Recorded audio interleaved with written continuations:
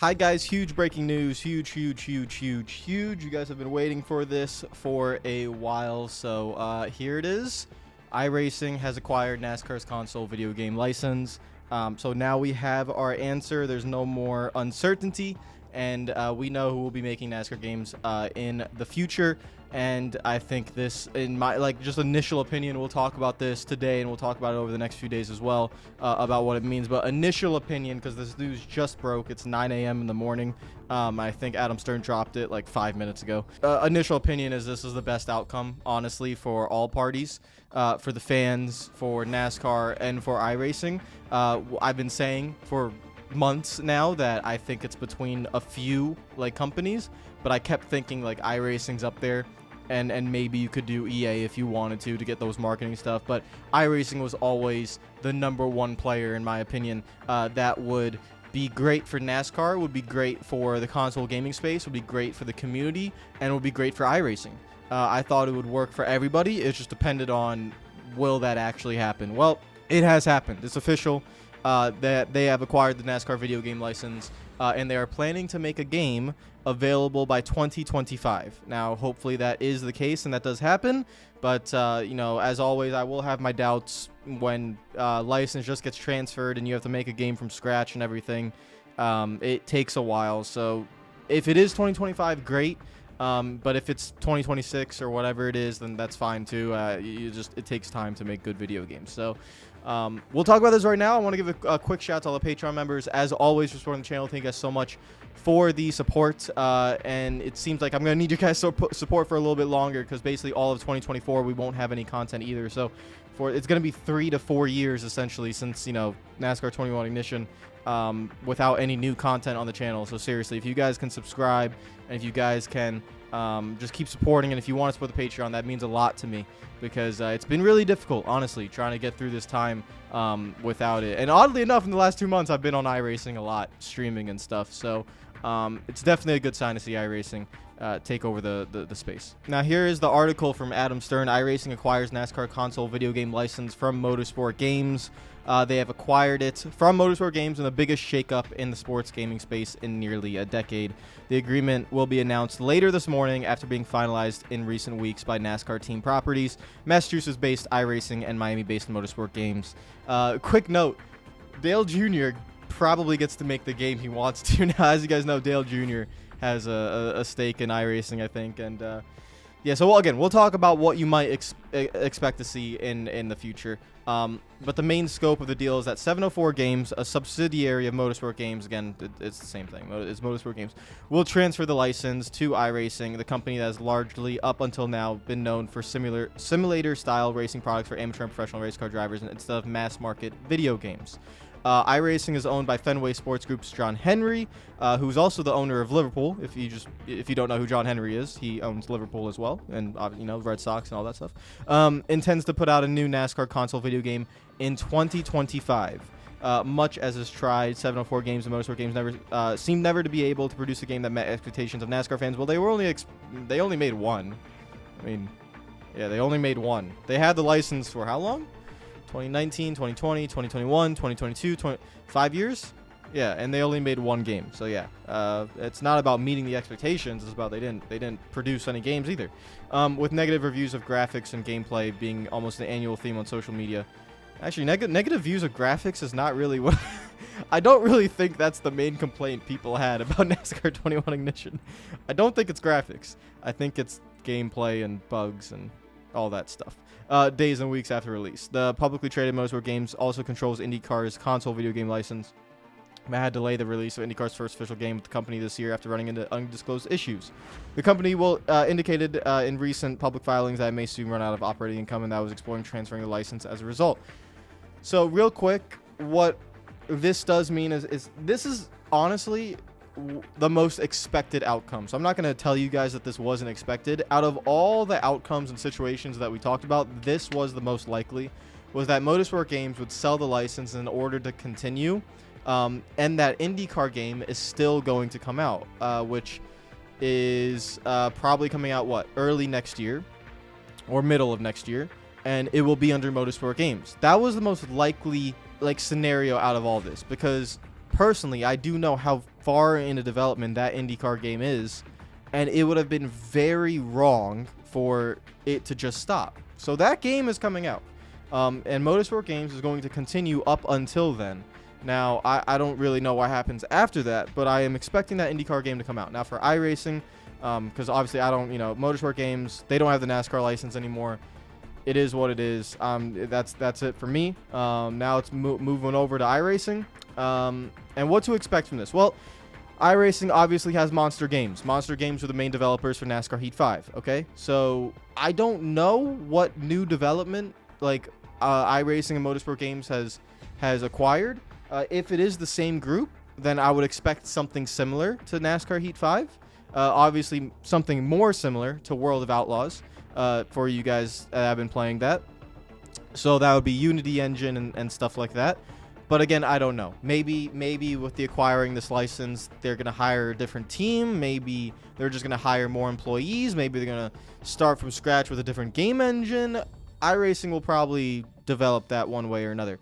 One thing I could just experiment or theorize is that they're going to include dirt somewhere in this. Now, it would be actually kind of cool if you combined World of Outlaws with NASCAR and put some sort of weird collaboration game into it, but I don't think you're going to see a NASCAR console video game under iRacing's watch that doesn't have dirt. So for the dirt fans, I think you're going to be very happy with that. And it's obviously been known that like Dale Earnhardt Jr. has publicly like on Twitter said like we should make a Dirt to Daytona remake. So I think that you will see something like that. Now, how similar it's going to be with NASCAR Heat 5, I would assume it will be similar, but obviously with years of development and new the PS5 and the Xbox Series X and everything, I would expect it to look a lot better than NASCAR Heat 5, and especially with iRacing's involvement, to feel and drive a lot better, because that's what Monster Games didn't have, is they didn't have iRacing's oversight. So I'm expecting that. And again, the World of Outlaws game is a really good game. It drives really well. Physics are pretty good. So it just feels a lot like Heat 5, but it's a good game. So we'll see how that goes. That's just like the quick rundown of what I think will happen. So fresh start, the deal with iRacing will provide a fresh start for NASCAR and transfer iRacing to show its bona fides in the console space. iRacing has been the official simulator racing product of NASCAR since 2010 and helped the sport innovate during the early days of the pandemic when real-world racing shut down. It still works with NASCAR and its esports efforts and helped develop real-life racetracks like the LA Coliseum as well as the Chicago Street Course. 704 Games, formerly known as DMR, the company that in 2015 was acquired the license from Utechnics, which has been making games for sports since 2011. Motorsport Games acquired the majority stake in 2018. Prior to 2011, NASCAR worked with EA Sports. And then iRacing president Tony Gardner said it was an opportunity that they couldn't pass up because this was the console game franchise that the company had been eyeing, which is obvious. This is the one, like the Gary Neville meme. This is the one that couldn't fail. It would never fail. It's the banker. It's the NASCAR console license. It's a huge license still, even though it's been dragged through mud for a long time. The company's main revenue driver up to this point has been subscriptions to its simulator racing platform. NASCAR has been working to expand its presence well beyond traditional racing games in recent years to move beyond the console struggles, doing deals with the likes of Roblox and Rocket League while announcing new mobile smartphone games. NASCAR's gaming department is led by Managing Director of eSports Gaming Nick Rend, who thanked Motorsport Games for its efforts over the years, and NASCAR is ready to work with iRacing to deliver a best-in-class simulation-style NASCAR console game, and that's a huge deal. Best-in-class simulation-style NASCAR console game. So that shows you exactly what they are that they are looking for. Now, will it be similar like a Simcade? I don't think you could personally that you can ever deliver something as simulator based on console as you can on PC. So again, people, I think especially people that have not been following this, they're going to think iRacing console game, okay, it's going to be like an iRacing port or something, right? But that's not going to happen. It's not going to be an iRacing port. The iRacing code is from 2008. It's old. It's an old code, so it's not going to be that. It's mainly going to be similar to F1 in a way, like a Simcade. It's going to be simulation style, but there's going to be arcade styles in there to make it more accessible, to make it more fun. And again, that's what I believe a console game should be. It should be fun. It shouldn't be a full-blown like ultimate sweat fest of a simulator, but it should resemble the real life counterpart and it should be realistic in a way while also being forgiving to newcomers and stuff like that. That's the kind of a point of a console game, is that you have to cover all your bases, from your hardcore fans to kids that are just getting into it. Because when I was a kid, I did not play the game on the hardest difficulty, and I did not turn off all the assists, and I have been watching NASCAR because of the video games for the last 21 years of my life. So you can't just full-blow sim style it. You have to cover all your bases and make sure that these games are tailored to everybody, and especially to that casual audience who just want to have fun. And even me, I don't know if I'm a hardcore or casual. Even me, I would put myself in the fun category. I just want to have fun. Like, it doesn't have to be the most realistic thing possible. Because I'm already on iRacing. iRacing's realistic enough for me, so I have both. Okay, so like I don't need another sweat style like iRacing is, because iRacing, especially when it comes to official lobbies, is definitely sweat style and kind of annoying. But you know, it is what it is. So that's the news, guys. Let me know what you think in the comments down below. Are you happy? Are you upset? I don't know why you would be upset, to be honest. I don't think you should be upset. If you are upset, I don't know why you're upset. That's the end of Motorsport Games for NASCAR. It's not the end of Motorsport Games for, like, as a whole. So I think there was one quote from Stephen Hood down here. In a prepared statement, indicated that the sale of the license is a result of a thorough strategic review of where we believe our company should be headed over the long term.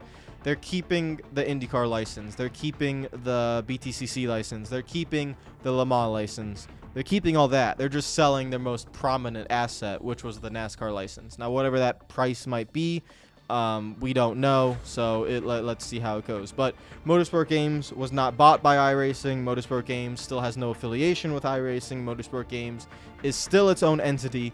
It is now just iRacing simply taking up the license from Motorsport Games for some sort of financial price that we do not know of and probably will never know of. Honestly, that's the best outcome.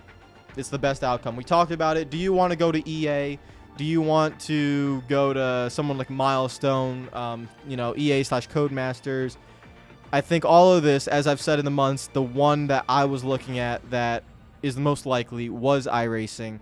But iRacing in terms of just getting the license, like not really buying Motorsport Games and then divulging those assets into other areas. It was just the license. And so I think you guys will be really happy with this, because as for now, iRacing has not shown the greedy tactics that a company like EA will show when it comes to microtransactions. They don't really have a lot of that in the Outlaws game, the World of Outlaws game, and they don't really aim to go for that. Obviously, their main source of revenue comes from iRacing, like the subscriptions and the buying the tracks and the cars and stuff.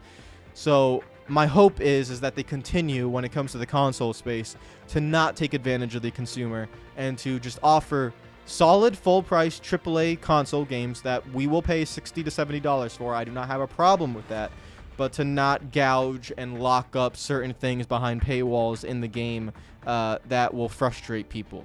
So I hope that is not the case, because that was my worry with EA.